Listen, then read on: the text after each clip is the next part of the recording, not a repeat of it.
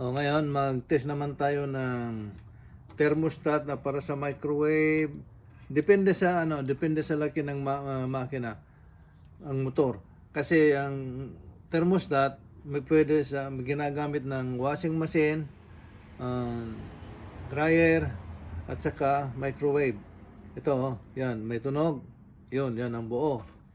Ito naman sa limit switch, ito mayroong pinipindot. Pagka pinindot mo, yan ang sa katutunog. Yan yun. Ito ginagamit sa chainsaw, microwave. Ito naman, hindi mo pa pinipindot, tumutunog na. Ayan Yun. Pero karamihan sa sa limit switch ginagamit ng microwave sa pintuan. Ito naman para sa heater at saka washing machine. Ayan Yun. Pero iba ang switch, limit switch niya. Ito.